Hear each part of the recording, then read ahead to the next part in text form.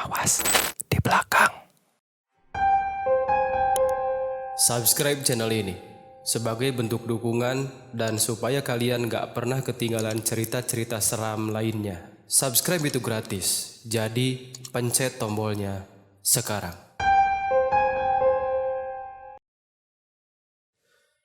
Assalamualaikum warahmatullahi wabarakatuh. Balik lagi di channel Awas di Belakang. Selamat datang juga yang baru bergabung di Awas di Belakang. Buat gue saranin aja yang baru bergabung untuk langsung subscribe channel ini. Karena insya Allah channel ini akan update atau posting konten horor di YouTube setiap hari Senin sampai Jumat. Insya Allah ya, diusahakan. Kalaupun misalkan agak telat ya paling seminggu 2 kali lah paling minimal gitu ya. Oke, di episode kali ini gue bakal ceritain atau bacain cerita dari seseorang ojol. Nah ini pasti menarik nih, karena kejadian horor yang dialami oleh ojol itu selalu menarik perhatian. Ya kita tahu kejadian Cindy beberapa tahun lalu yang sempat viral, itu juga kita antusias banget dengerinnya. Nah gimana kejadian horor yang dialami ojol di episode kali ini? Kita langsung aja ke ceritanya guys. Gue pengen cerita tentang pengalaman mistis gue sekitar beberapa tahun lalu, waktu dimana lagi rame-ramenya ojek online. Kalian tahu lah ya apa mereknya, jadi nggak akan gue sebutin di sini. Asli, pengalaman ini nggak akan pernah gue lupain seumur hidup. Pasalnya, awalnya gue nggak percaya amat sama yang begituan. Awalnya ya, sekali lagi gue tegesin di sini. Awalnya gue nggak percaya. Tapi setelah ngalamin sendiri, gue punya kesimpulan sendiri. Kalau mereka yang tak terlihat bukan berarti nggak ada guys. Bisa jadi mereka hadir dan merhatiin kita dari kegelapan. Serem banget kan? Itu salah satu alasan gue keluar sebagai driver ojol. Lanjut. Kejadian itu bermula ketika gue kena PHK dari salah satu pabrik di kawasan industri di daerah Bandung. Gue yang bingung nyari kerja entah kemana dan tergiur sama uang penghasilan ojek online yang waktu itu gede banget. Akhirnya gue beralih menjadi seorang driver ojol. Dan bener cuy, di awal-awal gue jadi driver ojol, penghasilannya benar-benar buat gue terheran. Masa iya sebulan gue bisa ganti HP? Bahkan sisanya itu bisa gue tabung dan dipakai buat jajan. Itu pun masih ada lebihnya. Dirasa-rasa insentif gue waktu itu ngalahin gaji di tempat kerja sebelumnya. Bayangin aja 2 kali lipat. Kerja cuma antar jemput, kerja dari pagi sampai sore doang. Biasa, namanya juga manusia. Kayak gak ada kata puas dalam menerima nikmat. Keperluan otomatis bertambah. Gue yang ngitung-ngitung perkiraan penghasilan kalau gue tambah jam operasi ngojek. Jadi punya semangat lebih setelah tahu kalau gue kerja sampai malam, minimal jam 11 atau jam 12 malam, gue bakal dapat 2 kali lipat dari insentif gue sebelumnya. Yang mana itu 4 kali lipat dari gaji gue di tempat kerja sebelumnya. Menggiurkan kan? Tapi sayangnya itu malah jadi bumerang buat gue. Sebelumnya memang kejadian-kejadian mistis itu gak ada dalam perkiraan. Sama sekali gak ada. Tapi setelah kejadian, ya gue jadi punya pandangan yang berbeda. Setelah beberapa lama nimbang keputusan buat tambah jam operasi, akhirnya gue putuskan buat ambil langkah di malam Jumat. Kenapa malam Jumat? Karena waktu itu gue punya incaran nungguin para jemaah pengajian di salah satu masjid dengan penceramah kondang sekota Bandung. Pengajian itu rutin, jadi setiap malam Jumat gue bakal mangkal di daerah sana. Siapa tahu memang ada yang nyantol. Beberapa jam sebelumnya sesuai perhitungan gue dapat penumpang banyak. Rata-rata gak jauh sih, tapi insentif yang gue dapat lumayan. Terakhir, sebelum nutup jam operasi, gue mangkal di samping sebuah kampus di jalan besar yang jadi akses masuk ke lokasi masjid. Lagi asik-asiknya mangkal sambil nunggu orderan, agak jauh di depan, di dekat pohon gede, ada cewek cantik yang kelihatannya kebingungan. Tampilannya kayak mahasiswa, rambutnya panjang diurai, tas gendong, kemeja kotak-kotak dan kaos. Di lehernya ada selendang warna putih yang sengaja dililit. Pikir gue emang kawasan itu kawasan dingin, jadi wajar kalau cewek nyelendangin selendangnya di leher. Tapi kenapa gak pakai jaket aja sih? Padahal kan mungkin dia gak punya. Simple pikir gue. Gak pikir lama, gue beranjak dari motor terus nyamperin cewek itu. "Teh, nyari apa ya?" tegur gue. Ini Kang, saya nyari angkot," katanya. "Loh, kok angkot? Angkot jam segini mana ada yang lewat teh?" "Emang rumah teteh di mana?" "Di daerah Padalarang Kang." "Gila, jauh bener. Jarak dari daerah itu sekitar 20 km ke Padalarang." "Saya minta antar Akang aja gimana?" tanya si cewek itu terburu-buru. Tapi sebelum gue menyanggupi, tiba-tiba HP gue bergetar. Gue lihat ternyata ada notifikasi dari penumpang yang nyantol ke akun gue. Keputusan harus cepat-cepat gue ambil. Dan setelah pikir-pikir, gue lebih memilih ambil orderan daripada nyanggupi permintaan cewek itu. Bukannya apa-apa, gue bukannya gak kasihan. Tapi orderan udah keburu masuk. Dan kalau gue batalin secara sepihak, gue bakal kena tegur dari perusahaan. Dan citra gue sebagai driver ojol bakal menurun drastis. Dan gue gak mau hal itu terjadi. Terpaksa gue minta maaf sama si cewek. Dan dia memaklumi meski gue lihat dari ekspresi wajahnya dia agak kecewa sebenarnya. Karena gerasa gak enak, gue minta dia buat cari tumpangan lain. Gue kembali ke motor. Di samping perasaan bersalah, gue juga senang banget dapat orderan. Penghasilan gue udah lumayan. Tapi gue bakal jadiin insentif dari orderan terakhir ini buat bonus harian aja. Sampai di depan motor, gue dapat teguran dari penjual kue tiaw pinggir jalan. Katanya kenapa gue ninggalin motor dan milih buat ngobrol sama pohon. "Hah, ngobrol sama pohon?" Gue bilang ke dia. "Saya ngobrol sama mahasiswa kampus ini, Pak." "Masa iya saya segila itu?" "Hehe," jawab gue. Dari jauh, gue lihat cewek itu udah gak ada emang. Dan gue baru tersadar kalau gue tadi ngobrol itu sama dia itu agak terhalang sama pohon. Pantes aja si bapak nyangka gue ngobrol sama pohon. Padahal gue abis ngobrol sama wanita cantik. Si bapak aja yang gak tahu. Gue pun berlalu. Motor melaju lewat di depan pohon tempat gue nemuin si cewek. Ternyata dia emang udah gak ada. Mungkin dia udah dapat tumpangan lain. Ya syukurlah. Sampailah gue di dekat masjid. Gue dapat penumpang cowok berpenampilan rapi pakai baju koko dan peci haji. Namanya sebut aja Kang Randy. Setelah gue lihat tujuannya, kebetulan tujuannya ke Padalarang.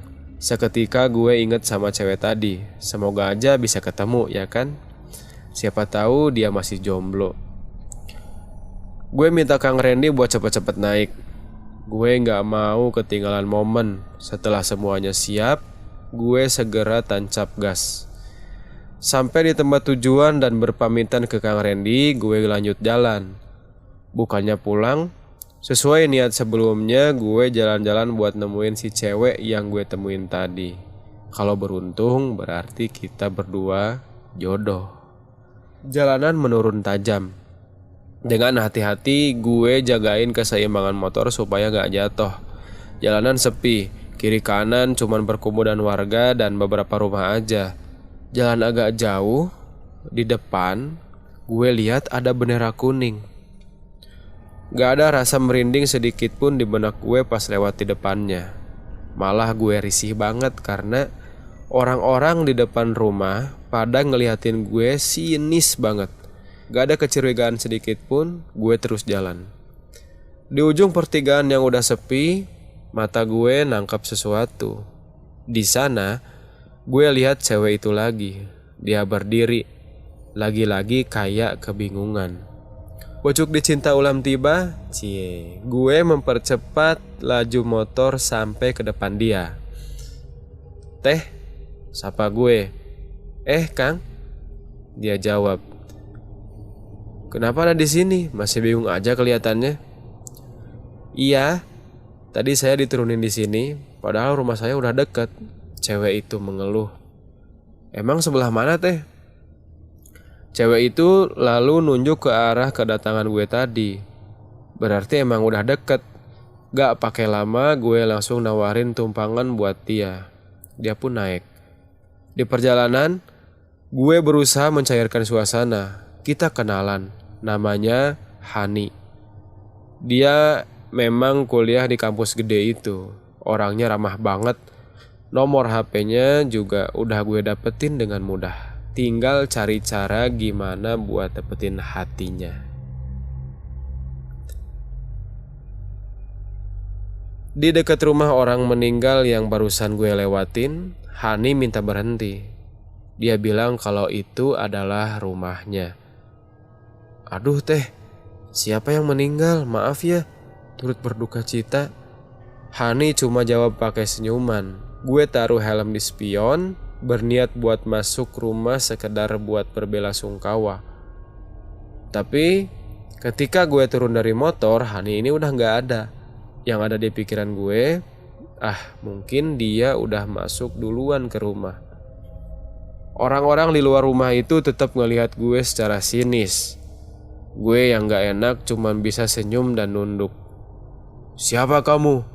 tegur seorang berkumis baplang di pintu masuk. "Saya temannya Hani, Pak," jawab gue agak sungkan. "Mau apa kesini?" "Saya cuman mau pamitan sama Hani, Pak. Tadi waktu turun dari motor saya gak sempat pamitan." Ya, jawab gue sekenanya. Jiper duluan lihat kumisnya yang tebal banget kayak Pak Raden. Bapak itu malah terheran lihat gue. Orang-orang di luar rumah seketika pada beranjak. Mereka menatap makin sinis ke arah gue. "Memang Haninya kemana ya Pak? Gue udah risih banget sebenarnya diliatin banyak orang." Seketika si bapak ngajak gue ke dalam rumah. Satu jenazah masih terbaring di sana. Bapak itu ngebuka kain samping yang nutupin wajah si jenazah. Dan setelah gue lihat dengan seksama, kalian tahu itu apaan? Ternyata jenazah itu Hani. Gue gak percaya sama apa yang gue lihat. Sangkaan pertama, gue nyangka kalau Hani punya kembaran. Bisa aja kan? Tapi setelah beberapa orang meyakinkan, Hani benar-benar gak punya kembaran. Astagfirullah. Terus siapa yang tadi naik di motor gue dari pertigaan? Singkat cerita, gue pamit, naik motor, langsung ngebut kejar waktu.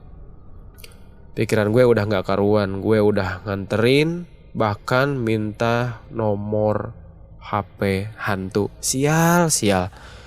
Di perjalanan, masih di jalanan yang sepi, sesuatu ngeganggu gue. Ada kibasan dari kain yang nyentuh-nyentuh ke wajah.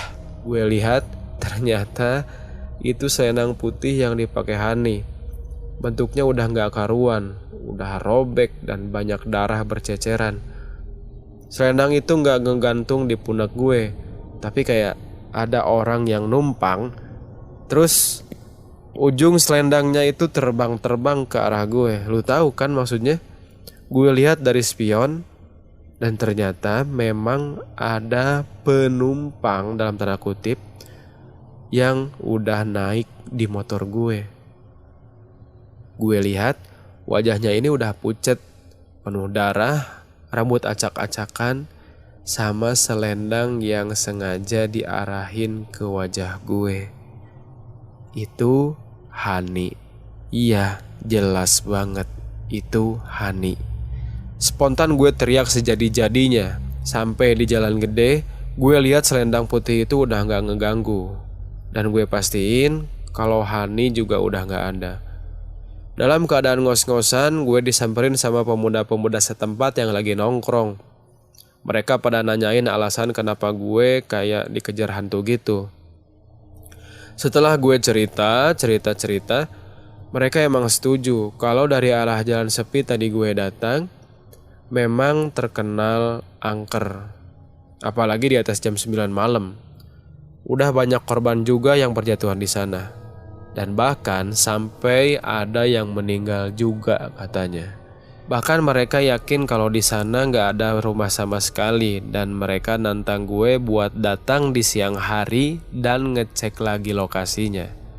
Otomatis gue percaya, dan itu berarti rumah-rumah yang gue lihat pun sebenarnya gak ada, termasuk rumah Hani. Untung Kang, Akang Mas selamat, kata salah seorang dari pemuda-pemuda itu. Iya, gue bersyukur gue selamat. Tapi yang masih janggal, apa Kang Randy juga termasuk hantu? Pertanyaan itu gak lama akhirnya terjawab. Kang Randy nelpon gue. Gue angkat dan katanya dia nelpon beberapa kali tapi gue gak angkat. Padahal gue yakin banget kalau dia baru nelpon itu sekali. Gue pun nyoba tanya ke salah seorang pemuda, apa ada yang kenal Kang Randy atau enggak. Nyatanya salah satu pemuda itu ada yang kenal. Alhamdulillah, Kang Randy ternyata manusia. Dia bukanlah hantu kayak apa yang gue pikirin. Setelah tahu jawaban itu, gue pun bercerita padanya ke Kang Randy. Dia ternyata kaget loh. Soalnya dia nelpon gue buat ngewanti-wanti gak lewat jalan angker itu. Tapi udah terlanjur. Dan sebelum telepon ditutup, Kang Randy bilang, Kang, tadi pacarnya datang ke saya. Dia marah-marah ke saya. Katanya dia gak dikasih tumpangan buat pulang. Gue kaget dong, gue pastiin. Ciri-cirinya kayak gimana Kang? Pakai selendang putih, jawabnya. Hihi. Ngikutin ternyata guys, ngikutin. Nah, kalian ada pengalaman gak tuh sama kayak gitu diikutin? Bahkan ini dari jauh loh. 20 km berarti ya tadi. 20 km dia diikutin sama sosok yang ngakunya bernama Hani.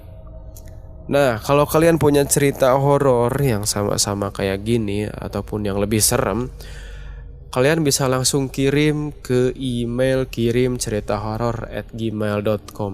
R-nya 1, horor, R-nya 1 tengahnya. Atau bisa DM langsung ke IG gue di @ai_vermadi. Bisa langsung DM ke sana. Nanti kita posting ceritanya di YouTube. Oke, sekian dulu di episode kali ini. Sampai ketemu di episode selanjutnya. Assalamualaikum warahmatullahi wabarakatuh. Enjoy your day. Awas.